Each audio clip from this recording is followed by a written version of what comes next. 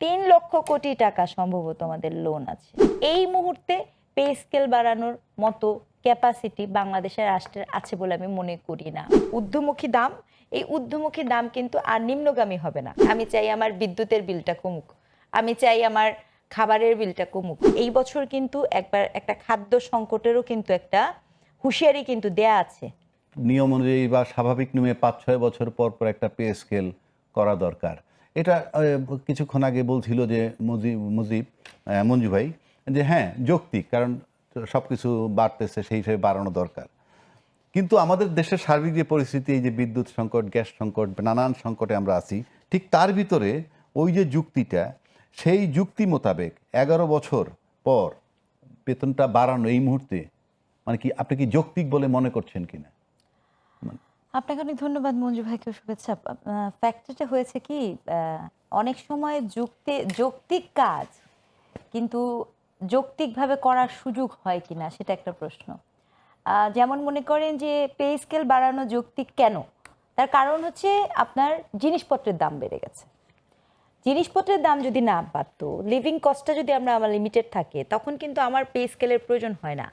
এই কথা আমি আজকে না, আজকে 11 বছর ধরে কিন্তু এটা একটা বক্তব্য। কারণ এই যে পে স্কেলগুলো আমাদের বাড়ানো হয়েছে, দেখেন এটাও আমি একটু বলি, পে স্কেল যে বাড়ানোর প্রক্রিয়া বা এটা বিগত সরকারের সময়ে আপনি এটা টাইমিংটা যদি দেখেন, দেখবেন যে যখনই একটা ইলেকশন আসতো, তৎকালীন সময়ের কথা বলছি, আপনি দেখেন খেয়াল করে 14তে একবার বাড়িয়েছে, মানে শাক দিয়ে মাছ ঢাকা আর কি, মানে আপনাকে একটা খুশি করে দেওয়ার প্রবণতা, যাকে যেভাবে খুশি করা যায়, এই জায়গা থেকে কিন্তু ওই পে স্কেলটা বেড়েছে। এখন পে স্কেল বাড়ানো কিন্তু কোনো সমাধান না। আমি নিজে কিন্তু দেখেন, আপনি বা মঞ্জু ভাই কিন্তু পে স্কেলের সুবিধাভোগী না, এখানে কিন্তু আমি পে স্কেলের সুবিধাভোগী, ঠিক আছে? এবং আমি পে স্কেলের আমরা ইনডাইরেক্টলি সুবিধাভোগী আর কি। হ্যাঁ, আপনারা ইনডাইরেক্টলি, আমরা যখন বাসায় বেড়াতে যাব তখন ভালো ভালো খাওয়া দিতে হবে আমাদেরকে। আচ্ছা, কিন্তু আমি মনে করেন ডিরেক্ট, মানে এটা কিন্তু আমার সাথে যুক্ত, এই জন্য আমি কথাটা বলছি যে আসলে কি, আপনি যদি আমাকে জিজ্ঞেস করেন আপনি কি চান পে স্কেল বাড়ুক, আমি কিন্তু সত্যিকার অর্থে পে স্কেল বাড়ুক চাই না। আমি কি চাই জানেন? আমি চাই আমার বিদ্যুতের বিলটা কমুক, আমি চাই আমার খাবারের বিলটা কমুক, আমি চাই আমার গ্যাসের বিলটা কমুক, আমি কিন্তু এইটা চাই। আমি চাই যে আমার ভ্যাট ট্যাক্সটা কমুক, হ্যাঁ, আমি যে রোড ট্যাক্সটা দেই সেটা কমুক, আমি কিন্তু সেগুলো চাই। কিন্তু বাস্তবতা হচ্ছে যে আমার যে বেতনটা বাড়ানো হবে, সেই বেতন বাড়ানোর নেপথ্যে আরেকটা রাজনীতি কাজ করবে। সেটা কি? সেটা হচ্ছে এই যে ঊর্ধ্বমুখী দাম, এই ঊর্ধ্বমুখী দাম কিন্তু আর নিম্নগামী হবে না, ঊর্ধ্বমুখী দাম আরও ঊর্ধ্বগামী হবে। তো এখন যে পে স্কেল, এখন আরেকটা বিষয় বলি, ফিসক্যাল ক্যাপাসিটি আমাদের আসলে এটা আছে কিনা, এটাও আমার একটা প্রশ্ন। যে আপনার এত যে টাকা, আপনি চিন্তা করে দেখেন, আমরা যে এখন এই যে বিদ্যুৎ সংকটের কথা বলছি, 3 লক্ষ কোটি টাকা সম্ভবত আমাদের লোন আছে, মানে বিদ্যুতের খাতে 3 লক্ষ কোটি, ঠিক আছে?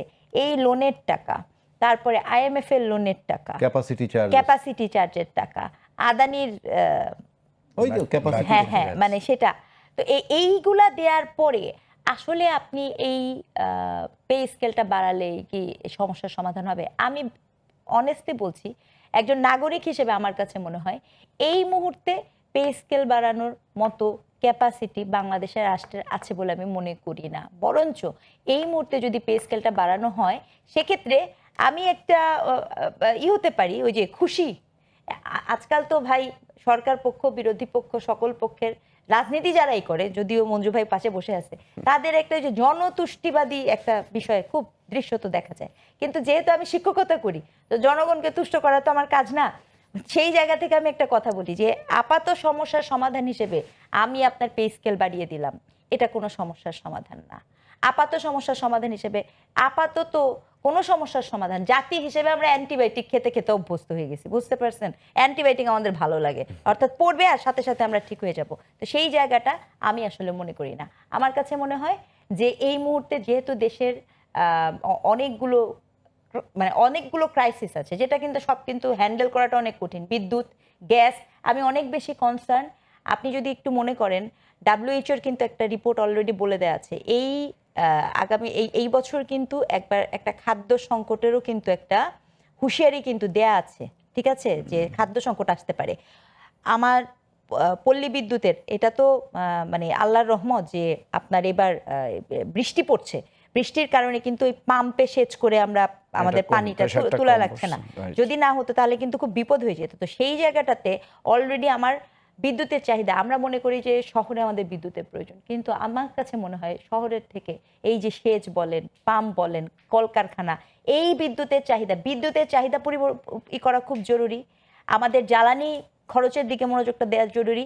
তারপরে একটা স্থিতিশীল অর্থনীতিতে যখন আমরা পৌঁছাবো, সেই সময় যে আমরা পে স্কেলের কথা চিন্তা করি এবং জিনিসপত্রের দামটাকে আমরা মিনিমাইজ করার চেষ্টা করি।